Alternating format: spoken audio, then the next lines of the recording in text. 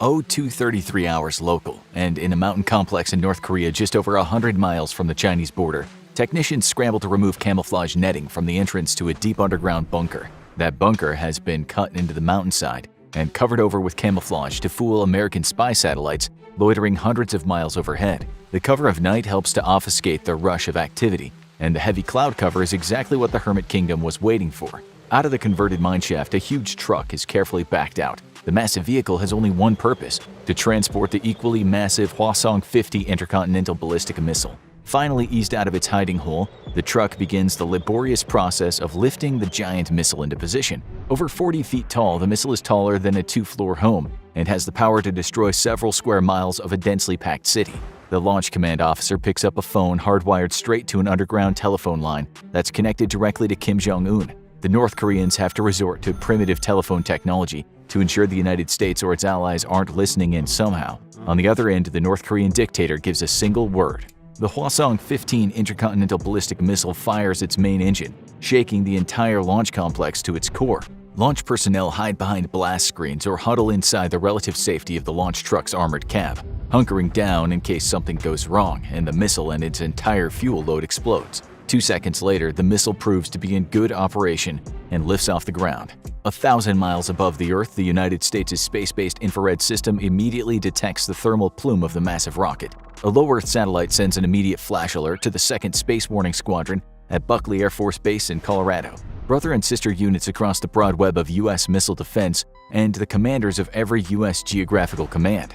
A second U.S. satellite in a geostationary orbit confirms the thermal signature of a large ballistic missile and chirps a second emergency alert. The massive Hwasong-15 is nearing supersonic flight and has punched several hundred feet through the clouds and into the open sky. The U.S.'s space-based infrared system satellites have now focused their full attention on the telltale thermal signature of the big rocket. Cloud cover may have made it impossible to see liftoff with the naked eye, but the incredible heat given off by the fiery liftoff was easy to spot by infrared sensors. Now the large rocket is screaming through the air, riding a thermal plume several hundred feet long and thousands of degrees hot. The U.S. satellites immediately begin to compare the thermal signature of the North Korean rocket with a large onboard library of known missile launches. In less than a second, there's a match with 2 different Hwasong-15 test launches from the late 2010s. The confirmed match is immediately sent to U.S. Space Command. U.S. Space Force personnel are stunned by the multiple threat warnings from the space-based network and rush to pour through the data. Humans are far slower than machines though, and it'll take time to verify the threat. The North Korean missile is now twice as high as a commercial airliner, and its main rocket engine is still going strong. Space Force personnel have confirmed the launch as authentic. An emergency flash is dispatched to U.S. forces in South Korea and across the Pacific. It's impossible to know where the missile is headed this early in flight. Via hotline to the DoD and the White House, the alert is out. North Korea has fired a ballistic missile, possibly tipped with a nuclear warhead. The main engine on the Hwasong-15 shuts down as it runs out of fuel. The missile coasts for a brief second, traveling at several thousand miles an hour now in the upper atmosphere, before a series of explosive bolts just under 3/4 of the way up separate the first stage of the rocket from the second stage. A second later, the second stage engine fires, and the vehicle lurches forward as it prepares to exit the Earth's atmosphere. An aide rushes to interrupt a meeting between the President of the United States of America and the leader of a partner nation. There's no time for formalities, and the President is practically dragged out of the room so he can be informed. North Korea has launched a nuclear attack. Target is still unknown. The President immediately heads for the highly restricted and secretive Situation Room in the heart of the White House. From there, he'll be able to communicate with American forces around the world and defend real-time tracking data from various American assets. U.S. Space Command issues an order for radar installations in South Korea and Japan to begin tracking the North Korean launch. Sea-based Spy-1 radars on American naval vessels are networked into the massive surveillance effort tracking the North Korean missile. While boosting into space, the missile is at its most vulnerable, but the United States still lacks its capability to rapidly destroy a missile during this initial phase. With development on high-velocity projectiles and directed energy weapons, it's hoped that in the near future U.S. forces will be able to down a missile during this vulnerable phase. For now, though, all U.S. assets can do is watch and gather data which will help determine where the missile is headed and which missile defense assets to activate. With a nuclear threat confirmed, the United States Secret Service begins preparations to move the president to a secure and highly classified location. If the missile is aimed at the White House, the president has less than 40 minutes to vacate. U.S. terminal high-altitude defense batteries in South Korea, Guam, and Hawaii are activated. Their powerful AN/TPY-2 radars begin sweeping the sky for signs of the threatening missile. Designed to obliterate an incoming ballistic missile during its terminal phase, the batteries of the interceptors are currently useless and can only defend the areas they're assigned to. Patriot missile defense batteries in the U.S. bases across the Pacific go on alert. These too are short-range defenses which are only useful for defending specific locations. U.S. Aegis-equipped warships in the region are given the same alert.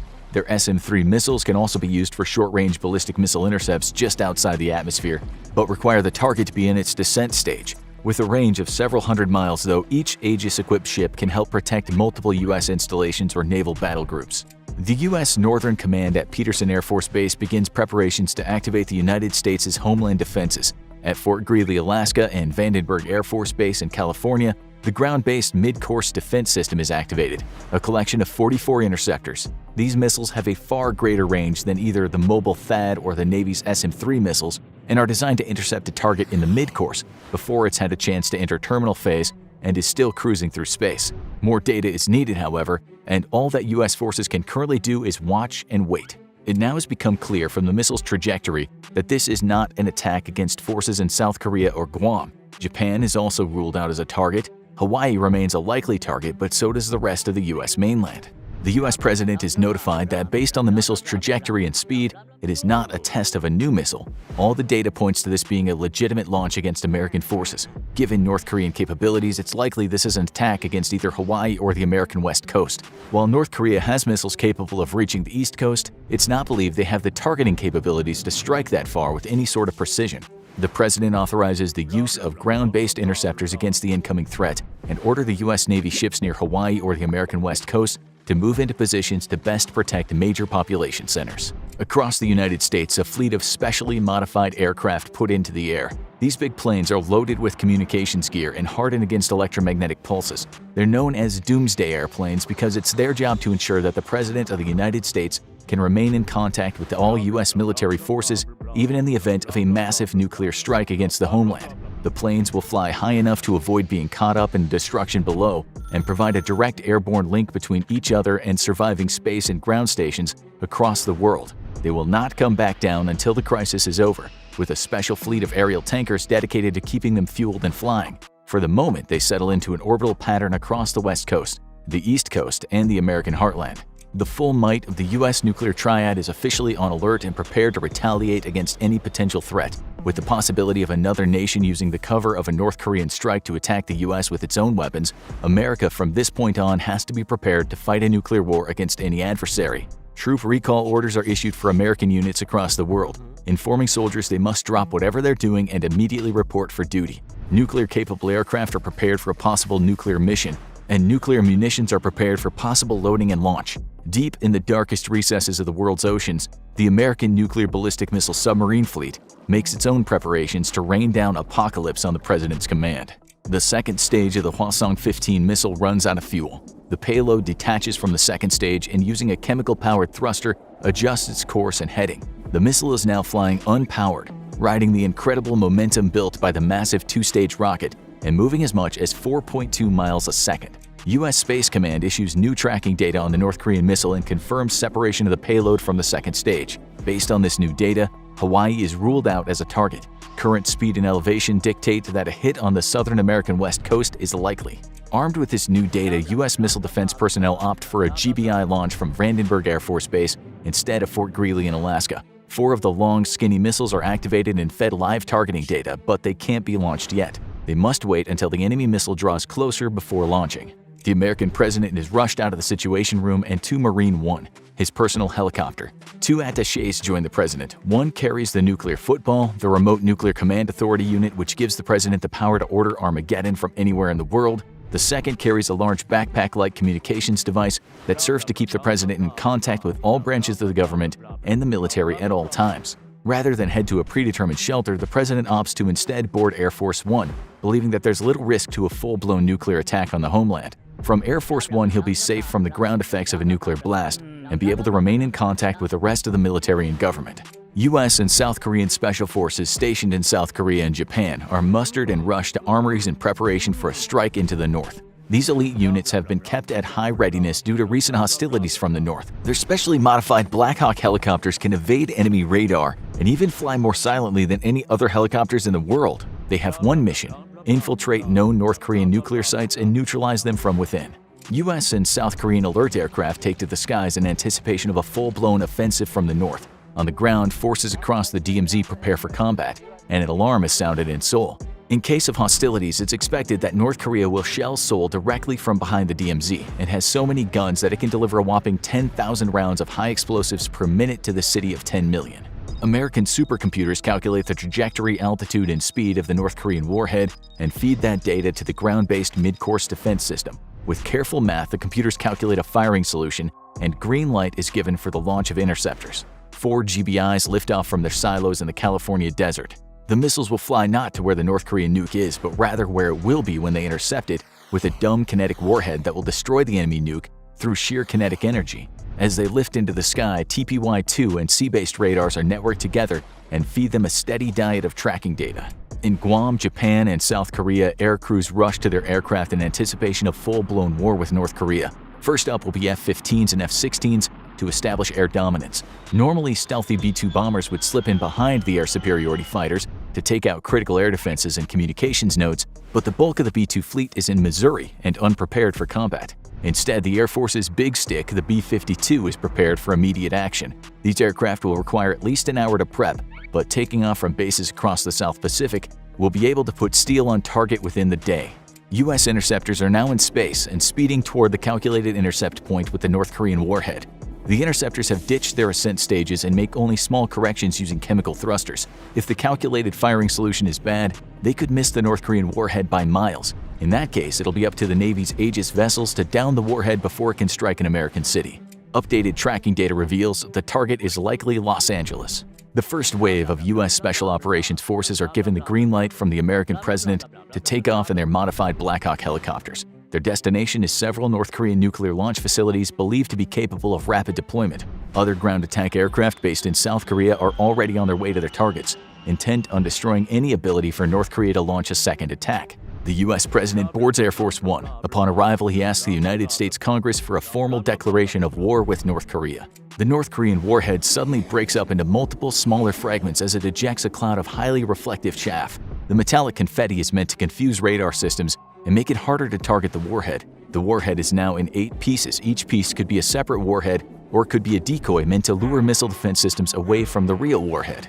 U.S. ground and space-based radar struggle to pick out the real warhead from possible decoys from within the threat cloud. TPY-2 and sea-based X-band radars are best suited for this task, and it falls on them now to give a good intercept course for America's GBIs. Powerful processors churn through all the available data to sniff out the real threat from amongst the chaff and decoys. If they fail, millions of people will die. Using extremely precise measurements, the dummy warheads are singled out. Because of North Korea's inexperience with MIRV warheads and the use of decoys, the dummy warheads don't quite match the profile of a real warhead as perfectly as it flies through space. With a good intercept solution, the GBIs detach their exo-atmospheric kill vehicle. It will take 6 minutes for them to reach their target. There's nothing anyone can do now but pray. Unbeknownst to the United States, China has launched its own rapid response forces into North Korea. Elite Chinese troops penetrate North Korean airspace in fast transport helicopters. Their goal is the same as the Americans: seize Kim Jong-un's nuclear arsenal before it can be used again, and thus incur the wrath of the American nuclear triad. With both American and Chinese troops headed to the same objectives, though, this attack now has the possibility of sparking all-out war between the US and China. American EKVs scream through space at over 4,000 miles per hour. They're just seconds from a successful intercept or a catastrophic failure. The first EKV screams past the intercept point, missing the North Korean weapon by a dozen miles. The second EKV hits nothing. It too misses the North Korean warhead by over 3 miles. A second after the second EKV, the third strikes its target true, moving at a combined speed of just under 10,000 miles an hour. The impact produces a bright flash in the sky for a brief second. Nuclear detonation requires a precise chain of events, so the impact of the interceptor does not set off the nuclear explosion. Multiple ground stations and ship-based radar assets all confirm the good news. 2 misses followed by a direct hit. The threat has been neutralized and the dummy warheads will burn up in the atmosphere. The American president receives the good news aboard Air Force One. He can still see Washington, D.C. out the left side of the aircraft. And despite this threat being over, he will not order a return to the White House.